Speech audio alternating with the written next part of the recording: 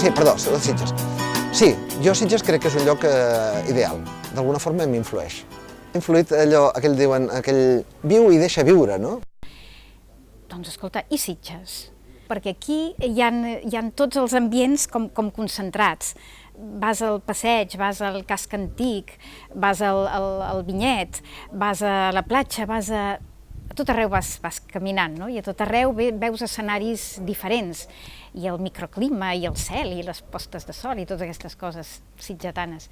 Doncs Sitges ha estat sempre un pol d'atracció per la gent, diguéssim, que se sentia exclosa d'altres ambients. No només són gent exclosa per caràcter sexual, sinó gent també exclosa per la vocació artística, per exemple. Els artistes són gent que són diferents dels altres, i que a vegades en llocs que no estan tan compresos, i aquí a Sitges sempre hi ha hagut aquest sentiment d'arrelament o de pol d'atracció. I tot això també ha anat lligat, a més, amb que Sitges és un lloc que està col·locat geogràficament en un paisatge que és molt atractiu. Aquest espai natural del Garraf és zona rocallosa amb una part interior i una zona marina o marítima, no? Poder veure des d'un sol punt aquest mar immens, aquestes roques, aquestes plantes, aquesta verdor. Bueno, uno no se puede ir porque la condición de ser es que somos de la naturaleza.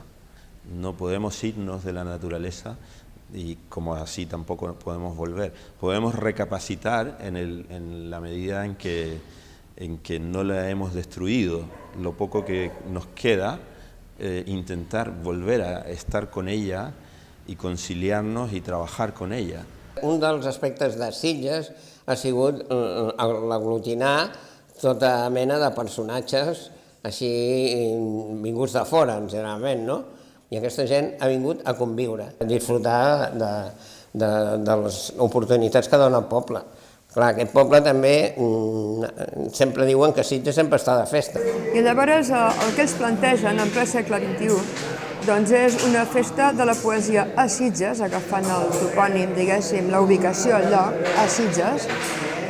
Primera característica. I segona característica, no es tracta de fer un festival literari més, sinó de fer una festa diferent. És una vila extraordinàriament oberta, que és molt receptiva i això es nota. Que el fet que sigui una festa viscuda cívicament, veient que hi ha una batucada poètica, que els carrers, els aparadors s'omplen de poesia, és una manera de poder mostrar la singularitat d'aquesta festa de la poesia de Sitges.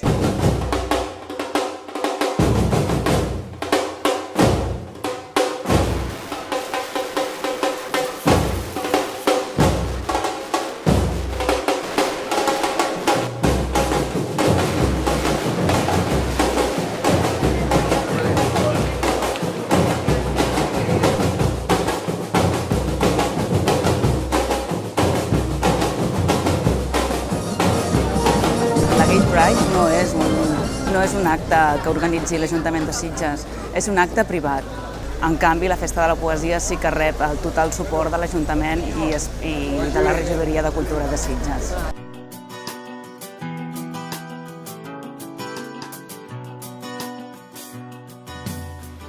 Si sol és trist però estàs content, car ningú et veu i tu veus tot. I el llit tan gros i el raig de sol que entra primer, tan sol el sol però tan potent resol com tu, que treus els pèls sota els llençols, petges el sol que encara és fred, que n'ets de bret. Si parlem de la cultura, doncs Sitges, hi ha un Sitges abans d'en Rossinyol i un Sitges després d'en Rossinyol, no? En Rossinyol va venir aquí a Mancases i es diu que anava amb un viatge per carro per tot Catalunya i va passar per Sitges i hi ha una zona de Sitges alta que es veu Sitges i van veure un poblet allà petit enganxat en una església, es van enamorar de la quietud i de la calma i del mar, perquè el Sitges era molt maco, llavors també molt... Això era a finals del segle XIX, 1880 i pico. Rossinyol és l'artista total, perquè és un pintor, però és un escriptor, és un dramaturg i és una altra cosa, diguéssim, és un agitador cultural, i és un pol d'atracció per altres artistes, no? I és una persona festiva, per tant està molt lligada al caràcter sitgetà i per això s'hi va quedar a Sitges. Però quan Rossinyol va arribar a Sitges, Rossinyol ja era una figura molt destacada. I aquí doncs, el que va fer, clar, ell ja havia estat a París, ell ja havia estat a Barcelona, havia estat als Quatre Gats, ell ja havia viscut un ambient artístic molt potent, no? Aquí Sitges, diguéssim, Sitges el va marcar d'una forma molt determinant, però no és l'únic escenari de Rossinyol. Rossinyol traspassa llocs, traspassa paisatges. També hi ha el Rossinyol de les Illes Balears, hi ha el Rossinyol de Girona, hi ha el Rossinyol de Granada, hi ha el Rossinyol del Generalife, o sigui, hi ha molts rossinyols. I nosaltres aquí ens estimem molt perquè ens ha llegat una forma d'entendre l'art i perquè a Sitges Rossinyol va portar grans figures del modernisme. I llavors ell ens va fer una casa, que és el Cau Ferrat, el museu. Llavors ell què feia? Anava als Quatre Gats a Barcelona i si venia el Pérez Galdós, si venia la Pardo Bazán, si venia el Rubén Darío, si venia en Dalí, si venia en Picasso, tots es portava cap aquí. Un dels amics del Rossinyol, que era en Miquel Utrillo, que aquest era de Sitges, va conèixer un americà que es deia Mr. Daring, no? I aquest va comprar la resta de cases que donen al mar. Va muntar dos palaus, un de cara a mar i l'altre de cara a terra, que és Saló d'Or i el Saló Blau. Llavors va quedar tot un conjunt museístic allà. Festa de la Poesia a Sitges. S'agafa el nom de la Festa de la Poesia de l'any 1918, que de fet és un dels certàmens poètics històrics. Hi va haver un altre al segle XIX, en plena Renaixença, hi ha la tercera festa modernista amb el certamen literari i la Festa de la Poesia noucentista de 1918. Són tres fites històriques. Totes tres han aconseguit reunir a Sitges, a través del temps, poetes catalans. En el cas de la festa del certamen literari de la tercera festa modernista, també van concórrer poetes francesos, poetes de Montmartre, però principalment poetes i escriptors catalans. De fet, la primera festa de la poesia de l'any 1918 va ser una iniciativa que va néixer d'un grup d'intel·lectuals molt lligat a Sitges, alguns dels quals eren sitgetans, com per exemple el poeta Trinitat Catassús, però n'hi havia d'altres que eren intel·lectuals punters a nivell de la cultura catalana, que van recalar a Sitges perquè Sitges ja era un pol d'atracció per a la gent de la cultura, havia estat un pol d'atracció molt important per tot el moviment modernista i després ho va ser altra vegada en el moviment noucentista. I als anys 1918 doncs, és una època en què el modernisme ja anava de capa caiguda i ja aflorava doncs, el moviment més de caire noucentista, amb tota aquesta franja entremig que es va dir a l'època de les avantguardes, i de fet està documentat que a Sitges hi van recalar també poetes d'avantguarda com Salvatore Passeit.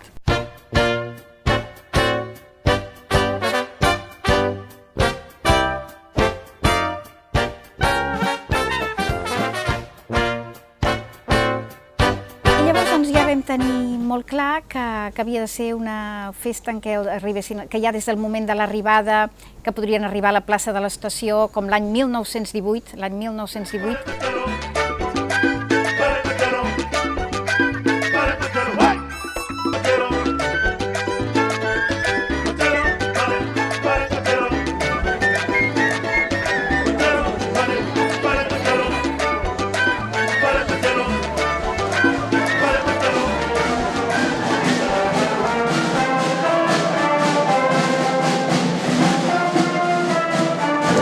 Quedem-nos abraçats damunt la sorra, dos en un de sol, del tot, llavis extensos, com una migdiada. I escoltem les ones caient, blanes, dormint. I que el sol penetri fins a la sang, però l'amor no basta.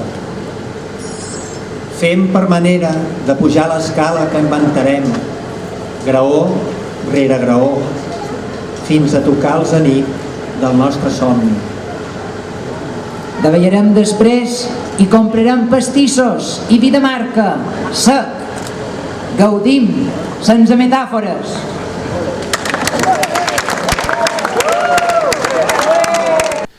A veure, jo crec que la Festa de la Poesia de Sitges actualment és d'aquesta forma en què la coneixem, en què s'expandeix a la resta del món, perquè Sitges demana aquest model de festa, no? És a dir, la Festa de la Poesia, si a Sitges no hi hagués un referent anterior arrelat en les festes modernistes, arrelat en la primera festa de la poesia, arrelat en el caràcter obert del poble, la festa seria absolutament diferent. Nosaltres sempre diem que la festa es mou gràcies a la idiosincràsia del poble, i és el poble, és aquest caràcter festiu del poble la que dona el sentit a la festa, a l'estructura que té i a la forma com s'homenatgen els poetes.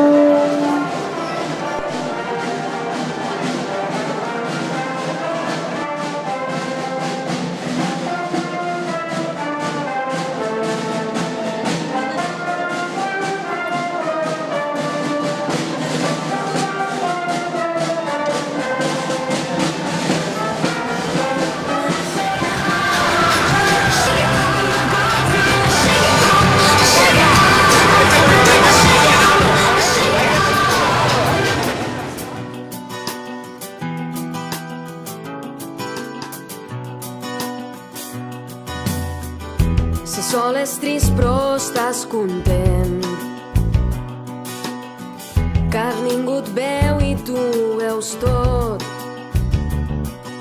Sota el punt de vista del que és el sistema literari o sota el punt de vista del que és el goig de la poesia, simplement la lectura o la pràctica, ha estat un panorama realment ric, molt motivador, i la prova és el munt de gent, la llau de gent que ha passat com a públic, tant al Saló de Maricel, com als Jardins del Retiro, com a les diverses trobades que hi ha amb els poetes. El que trobo molt bonic, per exemple, és que quan els poetes van pel carrer, la gent els reconeix. Diu, escolti, vostè va venir l'any passat, o vostè és nou d'aquest any, o l'he vist per la televisió, o he mirat els seus llibres, o li he comprat el llibre per Sant Jordi, això abans de venir a Sitges.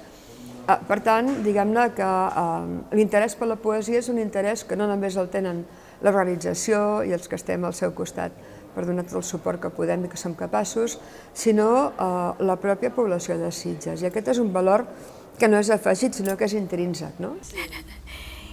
La festa funciona com, jo crec, com una bombolla. Especialment, o sigui, la nostra prioritat són els poetes homenatjats, no és el públic. Però, clar, d'alguna manera, l'homenatge als poetes no tindria sentit, part del regal que se'ls va, és el públic. El temps en la festa es dilata, i per això sempre passa el mateix fenomen, i és que, per exemple, arriba l'acte de Cluenda, com l'altre dia en l'acte de Cluenda, un poeta va dir, sí, perquè tots aquests dies que hem estat aquí, i aleshores va reaccionar i va dir, bé, de fet, només són 2 dies.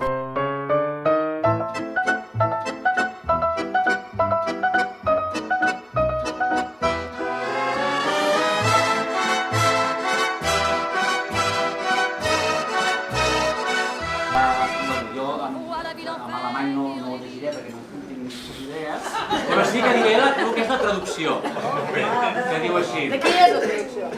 La traducció és de la Cèlia, no? Que traduït és el plaer, el goig, és més profund que el mal.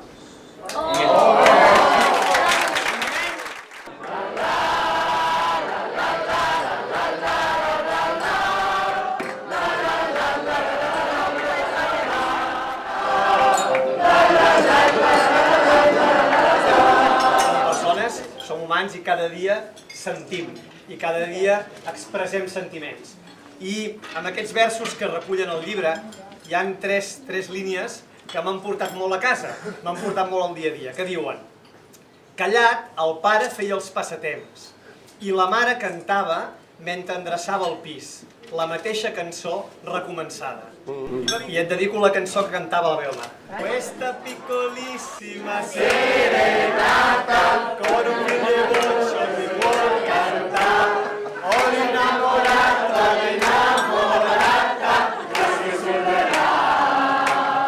la sussurrarà. I diuen aquests versos: cremaré tots els papers inscrits en el cel blau, honor i glòria del silenci. Sitges, Rosina, és el paradís de tots els blaus, del cel blau i de tots els blaus. I la festa de la poesia et diu a tu honor i glòria, Rosina.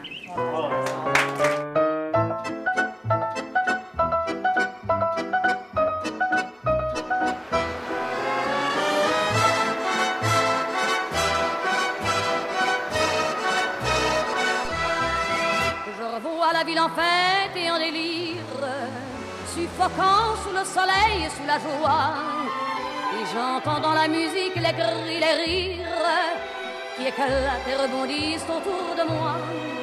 Et perdu parmi ces gens qui me bousculent, étourdi, désemparé, je reste là.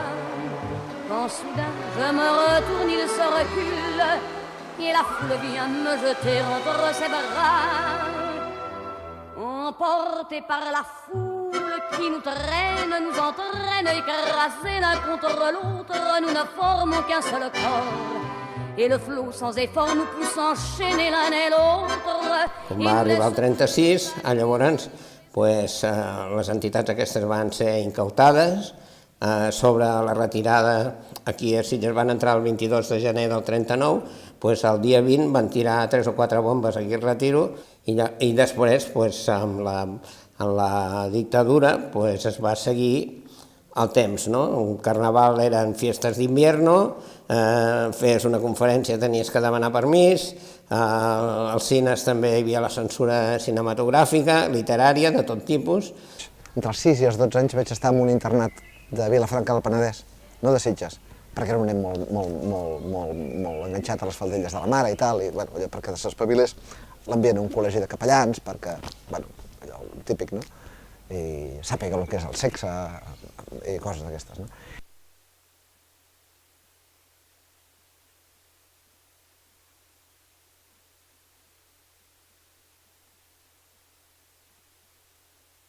Els va morir en Franco el 75 i el 76 ja va sortir un carnaval organitzat, no? Abans del 76, és el que et deia jo, el que es feia dins eren fiestes d'invierno, i potser anaves disfressat i tenies que destapar perquè tenien que conèixer, no? Perquè si no... I cada entitat tenia els seus socis, que generalment es disfressaven i tu me conoces i no me conoces i si són mascles o femella, no? Hi havia el joc aquest del fardo, no?, que em deia. Un escarabat viu en el meu cor. I llavors et despertes, encens el llum i encens les flors i el mar, pares el vent, adorms els arbres, callen les ombres, les veïnes, i el temps és una poma.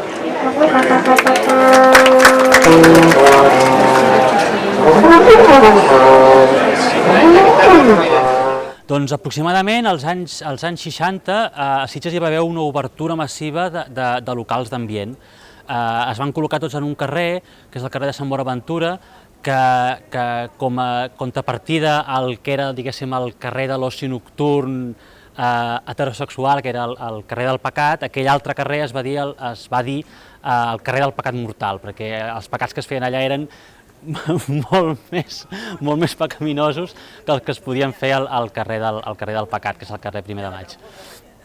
I llavors hi va haver tot un seguit de locals que tothom sabia que existien, però que, diguéssim, que tothom feia la vista grossa de no saber ben bé què hi passava allà dins. I precisament tot aquest món, món o submón dels locals d'ambient és el que jo precisament he intentat retratar. Eva Turmich Ginebra, que són noms de tres nois homosexuals que agafaven un nom de guerra, un sobrenom, com n'hi havia hagut molts en aquella època, i intenta relatar aquesta ebullició primera dels 60s, 70s, i després, que a més havia de conviure amb tota la repressió del franquisme, i després la vinguda del flagell que va matar una gran part d'aquesta generació, que va ser el flagell de l'heroïna, que com és sabut va matar molta gent, no només a Sitges, sinó a Barcelona, a Madrid, per exemple, els llocs on hi havia tota aquesta ebullició, tot aquest oci nou.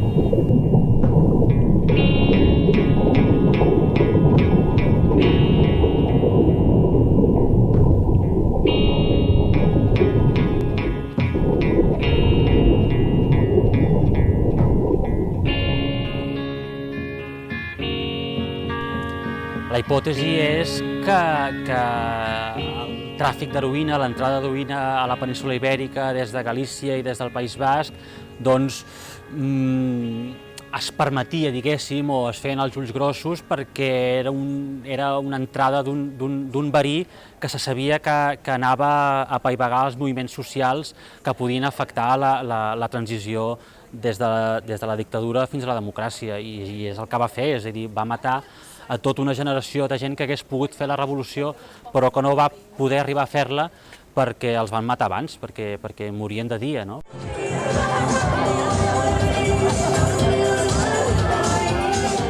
El que sí que intentem, ja que utilitzen la via pública i els espais públics de Sitges, que des de l'Ajuntament aquest esdeveniment tingui un missatge, i un missatge a favor dels gais i dels LGTBs. I més en aquests moments, i de la tolerància, i més en aquests moments, quan fa pocs dies, fa una setmana, hi han hagut els fets d'Orlando, vull dir que nosaltres a Sitges el dimarts vam fer el minut de silenci, falta de reivindicar la tolerància, perquè Sitges, a banda de la cultura, també som un poble molt i molt, molt tolerant.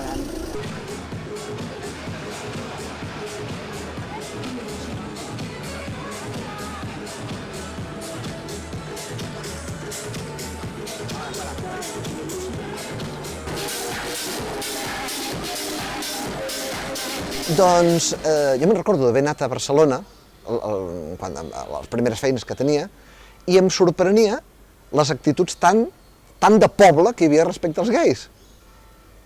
Estic parlant dels anys 80, eh? Jo deia, que cutres que són, no? Perquè per mi formaven part de la meva vida. Bueno, aquests senyors i aquestes senyores són lesbianes i tal, hi havia amics de la família, però simplement, realment això estava en l'ambient, hi havia aquesta obertura.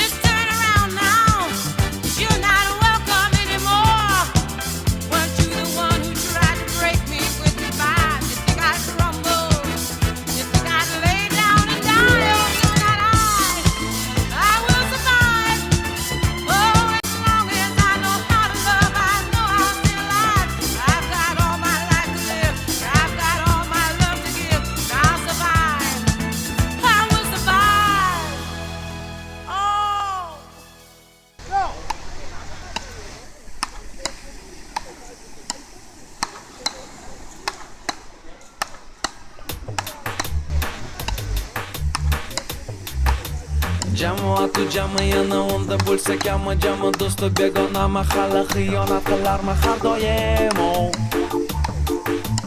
Usavdo belgisi dosto sotu şunu masa qadrdoni uni masa bu oddiy odat hammasi qanamano. Quan el moviment modernista va recalar aquí a Sitges, quan Rossinyol va arribar a Sitges, Sitges no era una població o un paisatge òrfana d'artistes. De fet, ja hi havia aquí un caliu de pintors, sobretot, que són els que estan inclosos en un moviment que es diu el moviment luminista, que estava format per pintors de gran renom, com per exemple Mas i Fondevila o Joaquim de Miró, que són uns pintors que el seu interès principal era captar la llum de Sitges, no?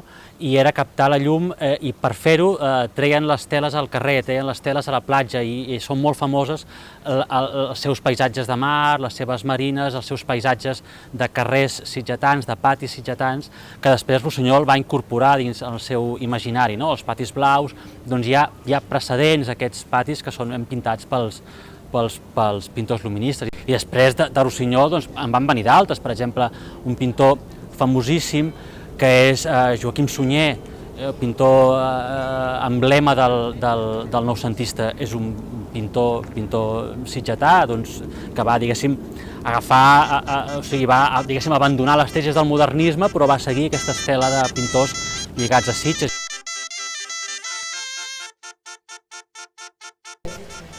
Son edificios habitables, son edificios que casi caminan, están vivos, que han sido generados por el sol y el agua, los minerales, y son plantas habitables, son el universo poético futuro que yo he generado de manera pictórica y que, bueno, para el común de la gente son utópicos, pero lo que ha dibujado Moebius ha ido dibujando y diseñando una realidad que luego se ha tomado para el cine, para películas, para diseño de ropa.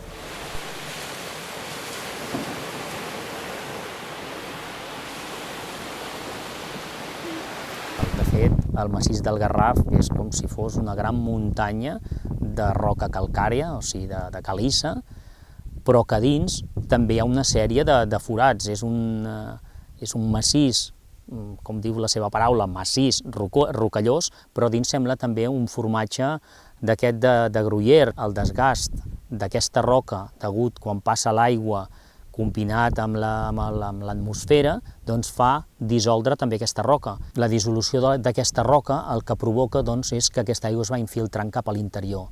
Aquesta filtració fa una sèrie de galeries que tots després coneixem com el nom de bancs, o sigui, són aquests forats que hi ha a l'interior d'aquesta terra.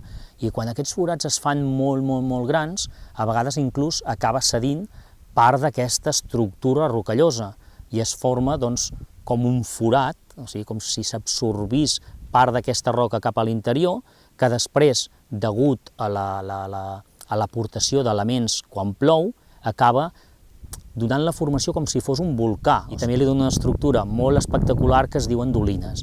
Estoy intentando tener una visión de qué es lo que sería la arquitectura genética en un futuro, de cómo se podría construir con la naturaleza. Entonces estoy imaginando un mundo posible en el cual la tecnología y el hombre fuesen de la mano, cómo se podría ahorrar tiempo, energía en el construir, que se pudiese plantar una semilla y saliera una casa, un edificio.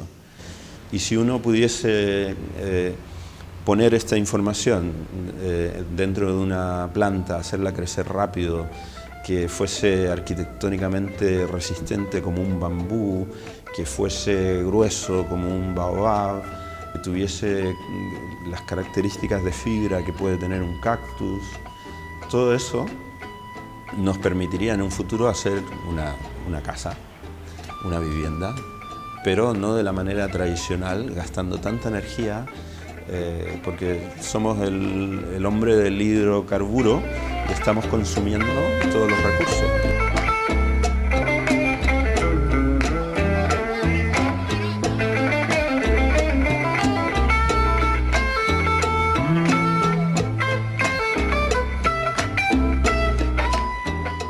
D'espècies, jo diria, una de les més emblemàtiques seria el margalló. El margalló és l'única palmera autòctona que tenim d'aquest territori. És una espècie que s'ha adaptat moltíssim a aquesta sequera. I a més, us comentaré una curiositat de l'espècie perquè em sembla superinteressant. I és que aquesta palmera, com tota la resta, donen dàtils. I aquests dàtils, perquè puguin germinar en aquest territori, necessiten que passin pel tub digestiu d'algunes espècies, la majoria d'ells. Las ideas no pertenecen a las personas, las ideas se reparten como las semillas y crecen de diferentes maneras. Altres espècies que mereixen la pena, sobretot hi ha moltes orquídies, hi ha moltes plantes aromàtiques, o sigui, normalment les espècies que a tothom li criden molt l'atenció és el romaní, la farigola, doncs són dues espècies que en tenim moltíssimes aquí al Garraf, però hi ha altres espècies que també s'alimenten de les plantes o dels animalets que hi ha en aquest territori.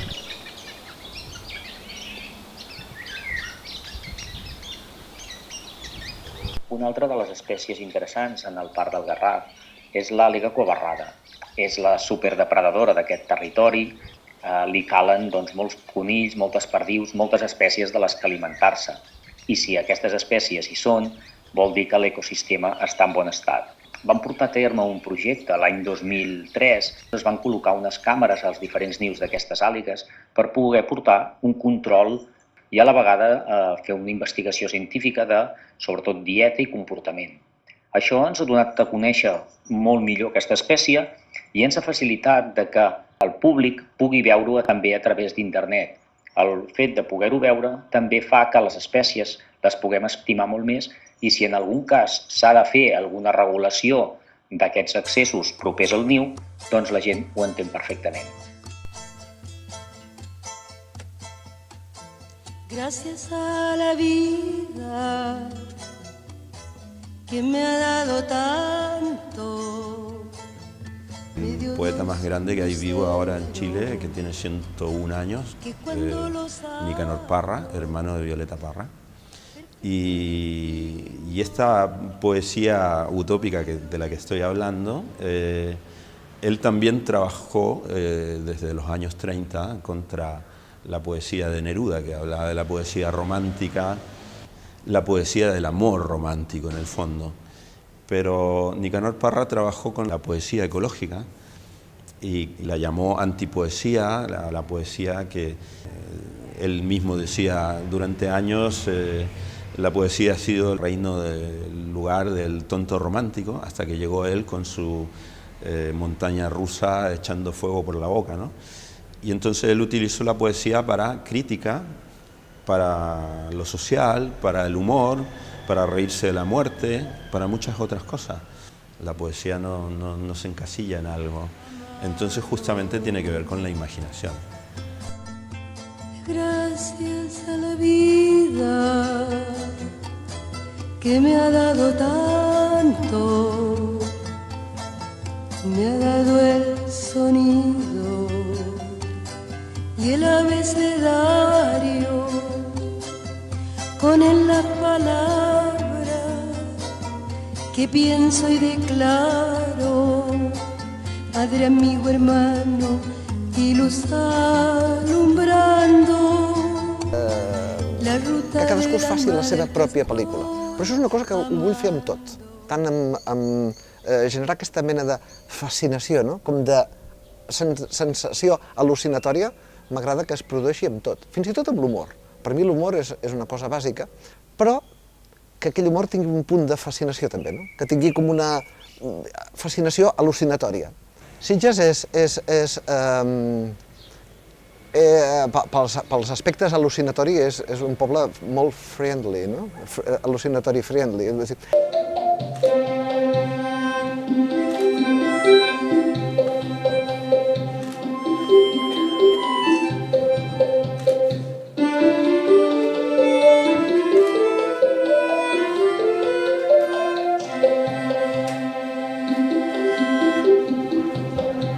Fer-li la pilota a l'espectador, no? De dir-li no, et farem una cosa agradable, però tampoc anar en contra de l'espectador. En Buster Keaton deia que les obligacions de l'espectador s'acaben una vegada han pagat a la taquilla. Llavors, clar, si un cop t'han pagat el llibre, tu el que has de fer és fer-los flipar. Doncs, no, s'han d'esforçar. Què cony d'esforçar? L'esforç, diguem-ne, ha de ser un esforç que provoqui un plaer, però un plaer al·lucinatori. N'hem tingut moltes d'anècdotes divertides, moltes. De fet, cada any en tenim. Hi ha una anècdota estrella, que és que durant la cercavila, quan es reben els poetes que arriben a la plaça de l'estació, va donar la casualitat que aquell mateix dia, aquella mateixa hora, venien 30 alcaldes de poblacions diverses a visitar l'alcalde de Sitges.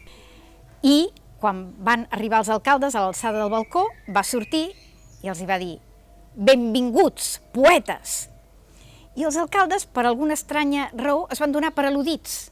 Es veu que a ningú li sap greu que li diguin poeta, o tothom es reconeix com a poeta, perquè es van aturar tots. I van mirar dalt i esclar, davant de la reacció, doncs sí, la Rosa Andreu els hi va llegir el poema, els hi va llançar els clavells, hi havia una alcaldessa que plorava. L'alcalde de Sitges ja ho sabia que allò no era, però va callar perquè, clar, l'home no tenia què feia, no? I se'n van anar. Llavors la Rosa ja va baixar i la que estava a baix li va dir: ja pots tornar a pujar perquè aquests no eren els poetes. I llavors me'n recordo molt bé que jo anava acompanyant la comitiva, el Joan havia quedat més endavant i veig venir el Joan corrents i diu: Cèlia, una cosa que et farà molta risa! Perquè el Joan diu risa, perquè risa fa més risa que no riure, no? Segurament. És allò que la carn és dèbil, no? I llavors quan et criden, diuen: va, Florenci, és que tu fas molt bé el pallasso. Clar, si diuen que fas molt bé, tu t'ho creus i dius: va, sí, sense mi no poden passar. Faig com que sóc un bon pianista i aquell dia doncs sóc seriós i... Realment, perdó, però crec que Déu-n'hi-do els sitgetans que són creatius, que ballen, que pinten, que escriuen, molts, i molta gent de fora, d'alguna forma, que s'ha acabat implicant dintre de Sitges, i altres que no, altres que venen i viuen dintre de la seva bombolla. Jo mateix estic integrat a Sitges d'una manera molt... Però se'm permet.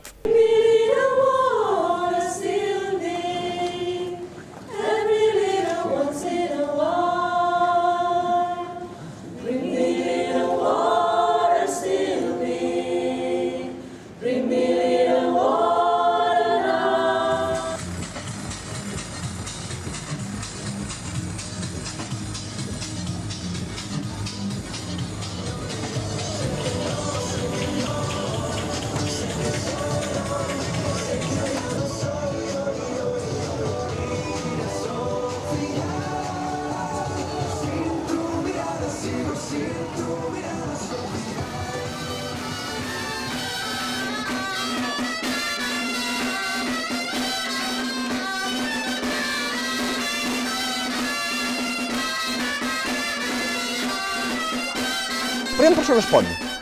Hi ha tios d'allà, també, anglesos i tal, que es rebel·len contra aquests guetos, i sitgetans de socarrel que també van allà i estem barrejats els del teatre anglès amb els d'aquí, i veus un suec que fa dels castellers. Farem un petit tros de l'obra d'Oscar Wilde, que es diu La importància de ser franc, The Importance of Being Earnest. Bé, sí, admeto que sí, encara que... M'alegra sentir un home ha de tenir alguna ocupació. No m'agraden les ninis. Quants anys té? 29. Propietat? Tinc una casa de camp, amb alguns terrenys, unes 6.000 hectàrees. Piscina? Sí. Pista de tenis? Sí. Wifi? I tant!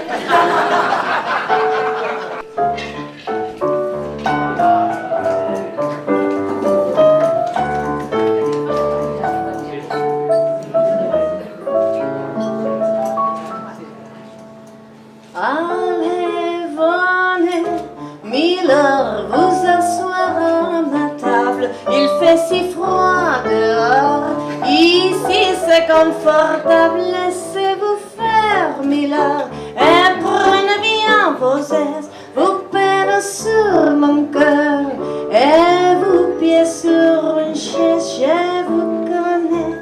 Miller, vous ne m'avez jamais vu.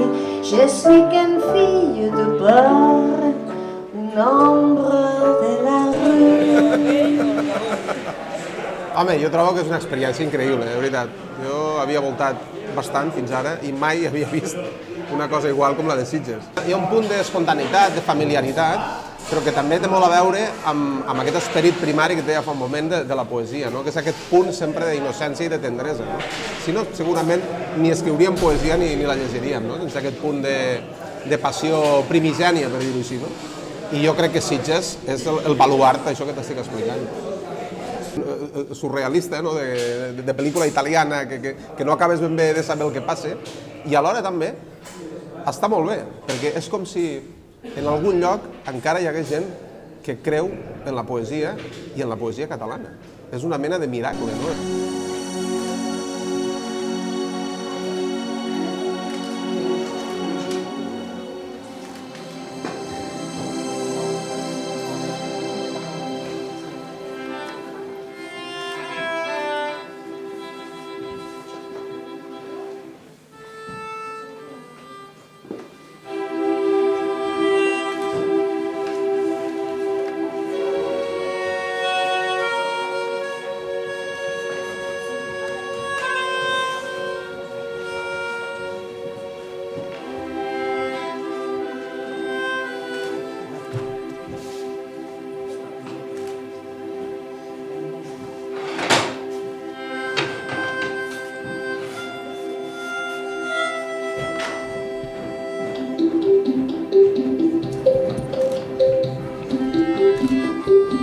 Amb el pas dels anys ho vas aprenent, no?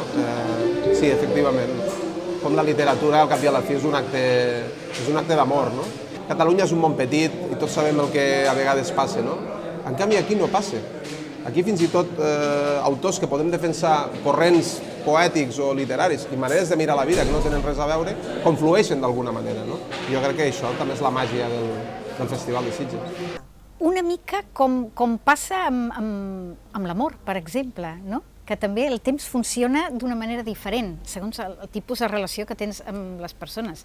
I jo, sí, ho he comprovat en pròpia pell, no? Jo he trobat un amor aquí a Sitges i realment fa com 4 anys i mig, però quan jo ho penso i sembla que em fa com 10 d'una banda, o 20 fins i tot, i segons com ho penso fa com mitja hora per la intensitat. O sigui, hi ha unes qüestions de contracció del temps i de dilatació del temps que van més enllà de com vivim el temps en un estat normal de rutina, no? Per entendre'ns. I llavors, i és aquella frase que a mi m'agrada molt de Santa Teresa, que diu, on hi ha amor no hi ha rutina. Doncs és això, hi ha amor, el temps compta d'una manera diferent, i en la Festa de la Poesia Sitges el que hi ha molt també és aquest amor com a injecció.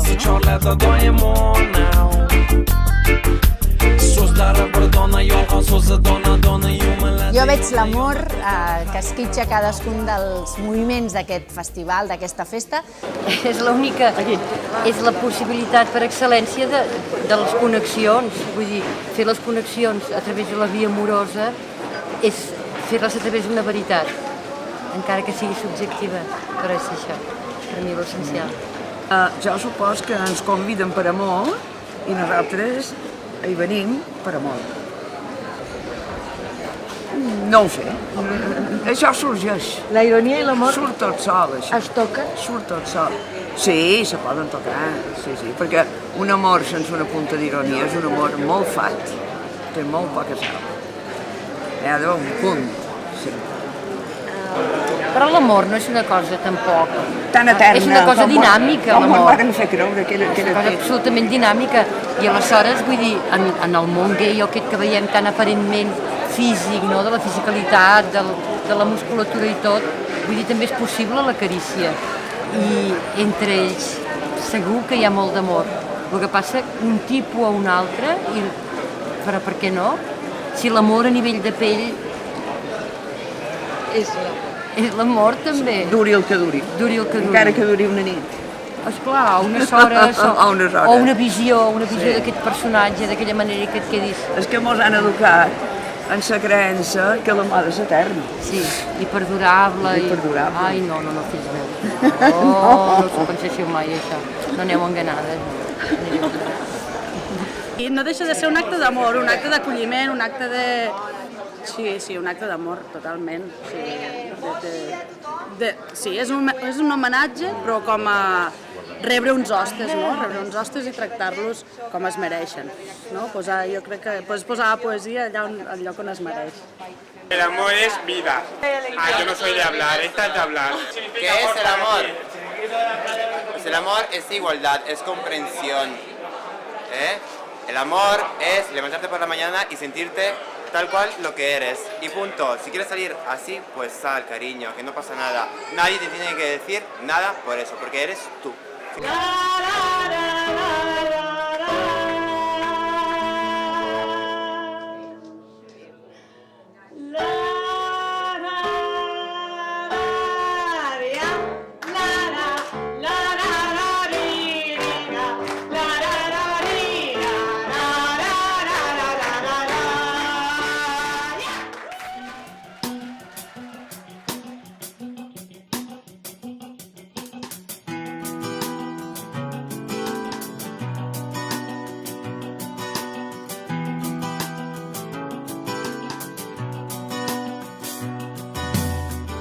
Si sol és trist però estàs content,